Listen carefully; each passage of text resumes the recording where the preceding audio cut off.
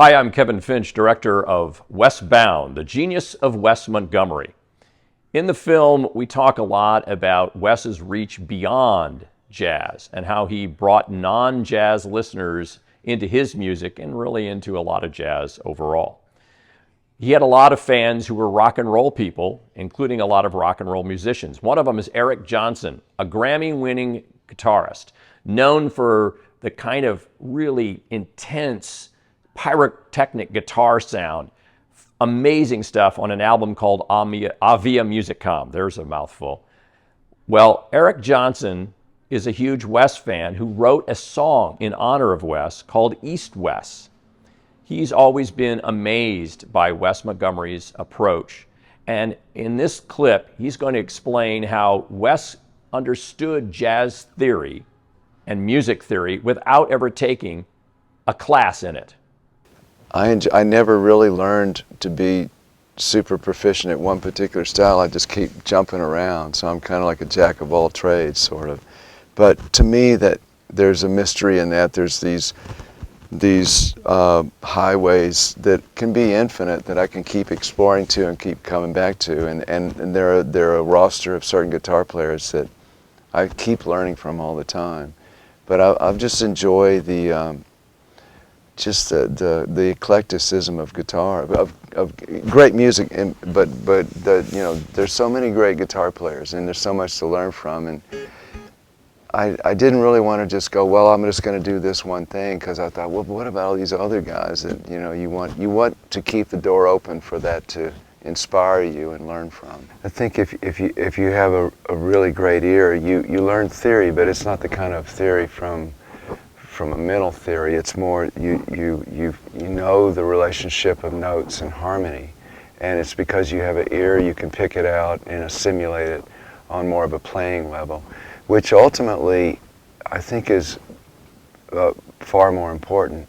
It's great to have the theory knowledge from books too, I think, but learning by ear, you're assimilating just the presentation of all the notes and how they work in harmony just from the visceral playing of it.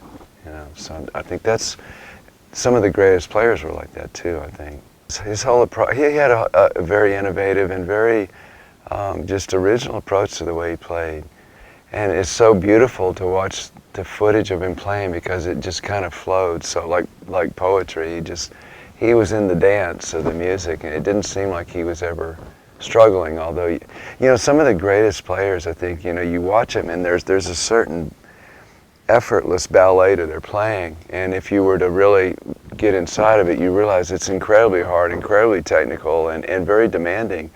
But they're inside the ballet of it, and so by the outside of appearance, it seems, oh, that's just kind of flowing and simple. I mean, I noticed that when I saw Andres Segovia live, same thing, and that was the immediate thing I noticed about Wes Montgomery when I saw the footage of him, the '65 footage from Europe. It's just there's just this fluidity to it, this graceful fluidity.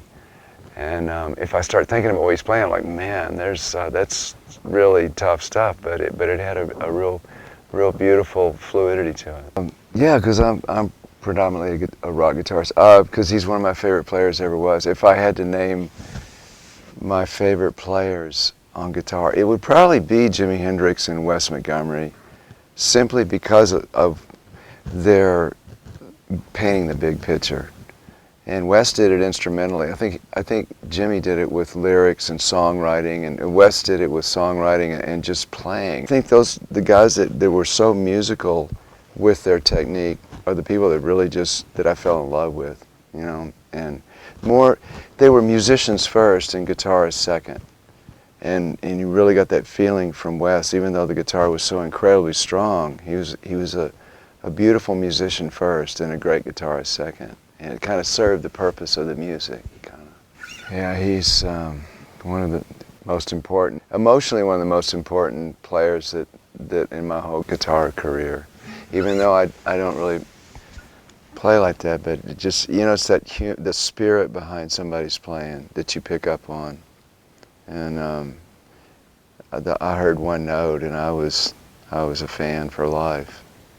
I think there's certain people in your life that emotionally hit you in a very deep level. I mean, I can think of I could probably count on one hand the artists that if I ever met them, I think all I'd want to do is hug them, because it's really bigger than words or bigger than feelings or asking them about this or that. It's just like you just want to hug them and say thank you.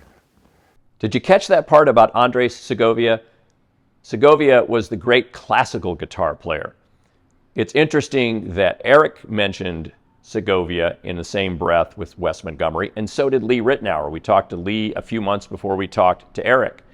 Our conversation with Eric was at Sweetwater up in Fort Wayne, Indiana, a great place, tons of instruments there. And so here's a guitar geek himself, Eric Johnson, talking about his guitar hero, Wes Montgomery.